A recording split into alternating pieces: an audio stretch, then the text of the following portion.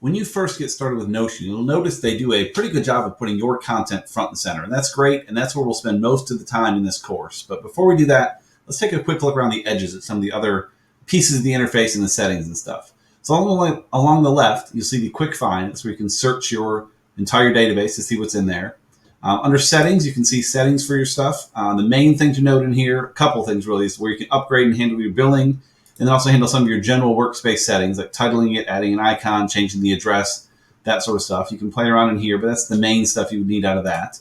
Below that is all of your pages, and you can see them all listed here, and we'll look at ways to do other things to organize that. But one main one is on any page you're at, you can hit favorite. You'll put in a little favorites bucket up here, which is nice as you get to have a lot of pages and subpages. And subpages, you may want a few that you call on more often. And to undo that, you have that page pulled up. You can just undo favorite it, and that goes away. Notion has a lot of templates built in you can use. We'll look at some of those later, but really we'll spend more time building our own templates to do what we want. Using theirs is certainly a great way to start a lot of times, but we may use our own.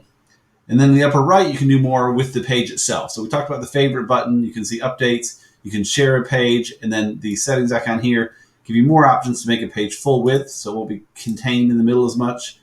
Make the text a little smaller. You can do a few other things, but that's the main stuff you see in here. This is page history. If you pay more for that, you can undo changes, delete the page itself. But notice that little icon up here and use that when you need. The main one you'll pay attention to a lot is full width, and we'll talk more about that. But that's some of the stuff around the edges. Not a whole lot you need to deal with much other than your page content on the left, and we'll certainly talk about that as we get further into the course.